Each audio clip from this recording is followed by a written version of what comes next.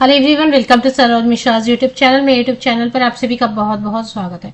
कस्तूरबा आवासीय विद्यालय से शिक्षक भर्ती विज्ञापन जारी होते रहते हैं, तो एक और विज्ञापन जारी हुआ है। सभी राज्यों से कैंडिडेट अप्लाई कर सकते हैं। रेसिडेंशियल स्कूल है, आवासीय विद्यालय है, तो फ्री रेसिडेंस अवेलेबल कराए जाएंगे। 24,200 रुपीज पर मंथ सैलरी होगी और एग्जाम नहीं होता, इंटरव्यू नहीं होता। सिलेक्शन प्रोसेस बहुत आसान है, आप सिर्फ एप्लीकेशन करके छोड़ दें।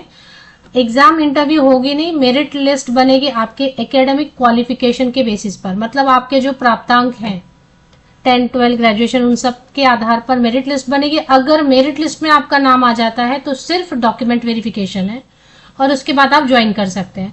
तो सबसे सीधा साधा प्रोसेस है इसकी। रिक्रूटमेंट का एग्जाम और इंटरव्यू दिए बिना आप सरकारी स्कूल में शिक्षक बन सकते हैं।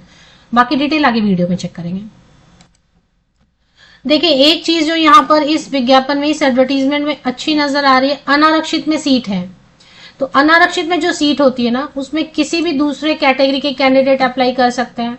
साथ ही साथ अन्य राज्यों के कैंडिडेट भी अप्लाई कर सकते हैं। तो जितने भी सब्जेक्ट है, जैसे हिंदी और संस्कृत, हिंदी सब्जेक्ट है, ग्रेजुएशन में हिंदी और संस्कृत अगर है आपका, और आपने UP TET paper 2, C TET paper 2 किया हुआ है, दोनों में से कोई भी एक, और बीएड या एलटी है आपके पास, एलटी डिप्लोमा, तो आप अप्लाई कर सकते हैं।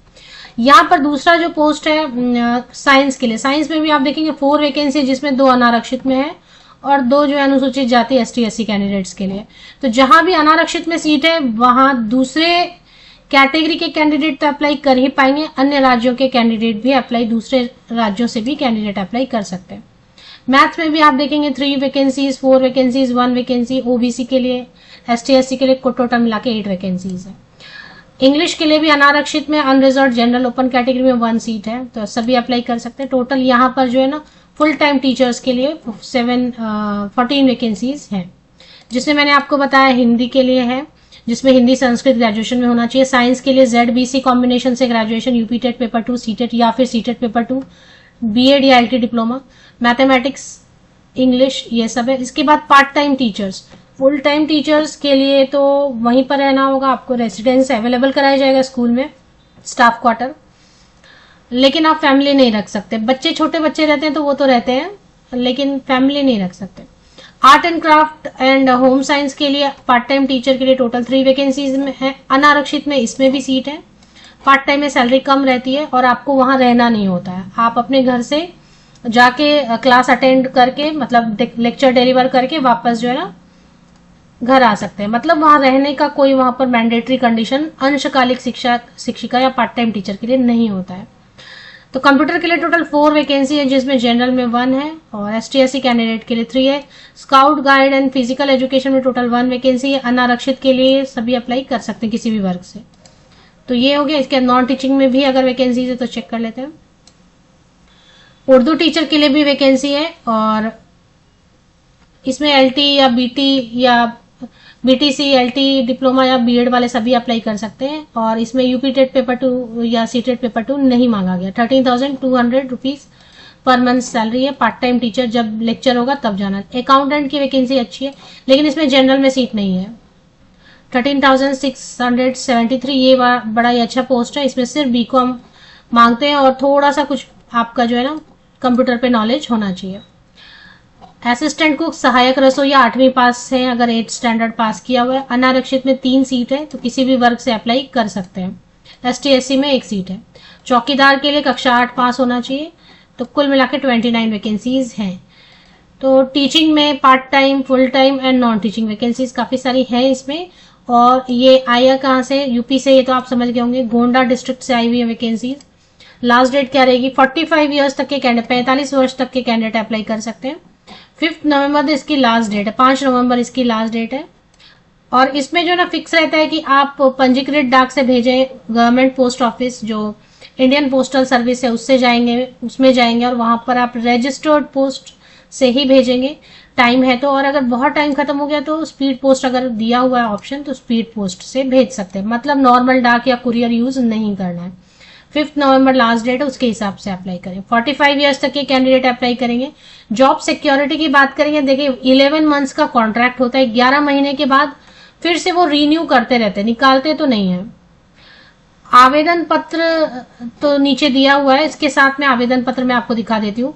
आप अपना पता लिखा हुआ, अपना एड्रेस, पिन नंबर लिखा हुआ 2 एनवेलप भी लगाएंगे। 42 रुपीज का जो है ना डाक टिकट उस पर चिपका होना चाहिए।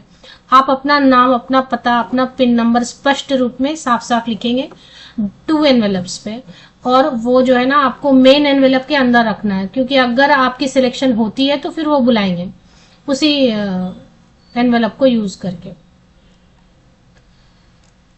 और इसमें जो है ना क्या क्या चीजें लानी है वो देखेंगे। पहले फॉर्म देख लेते हैं।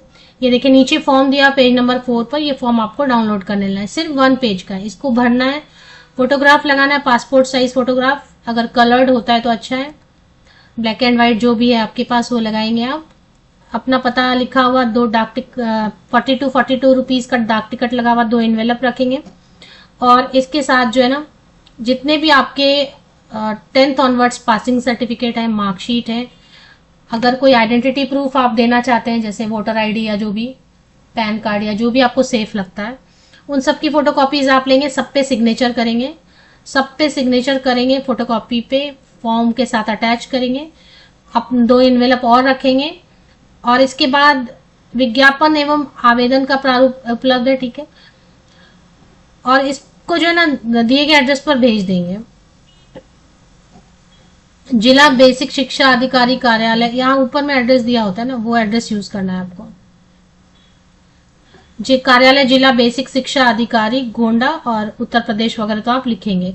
पिन वगैरह अगर कहीं मिल रहा है तो पिन यूज कर लेना सो दैट एग्जैक्टली पहुंच जाए। ऐसे कार्यालय जिला बेसिक शिक्षा अधिकारी तो क्या एक ही रहता है ना, बेसिक शिक्षा अधिकारी एक जिले में, तो गोंडा लिखेंगे और प्लस जो है उत्तर प्रदेश लिख ही रहे हैं तो पहुंच जाना चाहिए। अगर पिन कहीं मिलता है एग्जैक्ट तो पिन भी डाल दें तो सही सही पहुंचेगा। और बस इतना ही। चलिए एक बार देख लेते हैं कि इसमें एडवर्टीजमेंट आपको कहाँ मिलेगी। तो ये ऑफिशियल वेबसाइट है, 5 नवंबर लास्ट डेट है। इन्होंने बोला है सिर्फ रजिस्टर्ड पोस्ट, तो रजिस्टर्ड पोस्ट से अगर पहुंच रहा है 5 नवंबर तक तभी अप्लाई करें। बीच में छुट्टियां भी आ रही है दिवाली की, तो पोस्टल सर्विस बंद रहेगा या क्या रहेगा देख लें। तो ये डिस्ट्रिक्ट गोंडा, जिला गोंडा की ऑफिशियल वेबसाइट है, उत्तर प्रदेश, गवर्नमेंट ऑफ उत्तर प्रदेश। इसकी ऑफिशियल वेबसाइट पर एक बार थोड़ा नीचे स्क्रॉल डाउन करेंगे और थोड़ा नीचे स्क्रॉल करके आप देखेंगे केजीबीवी गोंडा स्टाफ रिक्रूटमेंट 2024-25 ये आपको दिखाई दे रहा है यहाँ पर स्क्रीन पर। ये आज ही अपडेट आई है, बहुत दिनों से न्यूज़पेपर में तो आई हुई थी 10 दिन पहले, लेकिन वेबसाइट पे इतनी लेट डालते हैं कि डेट जो है ना लास्ट डेट निकल जाती है। तो इस पर एक बार क्लिक कर लेंगे आप। एक बार क्लिक करते हैं तो ये पेज ओपन हो जाती है और यहाँ पर आपको 5 नवंबर लास्ट डेट बताओ, यह डाउनलोड का ऑप्शन दिया हुआ है। डाउनलोड करेंगे, यहीं पर विज्ञापन है, इसी के साथ में पेज नंबर 4 पे आपको एप्लीकेशन फॉर्मेट भी मिल जाती है। ये जो ऑफिशियल वेबसाइट आप देख रहे हैं स्क्रीन पर, इसकी लिंक, ऑफिशियल वेबसाइट की लिंक के लिए मेरे इसी यूट्यूब वीडियो के डिस्क्रिप्शन बॉक्स को नीचे तक स्क्रॉल डाउन करके चेक कर लें।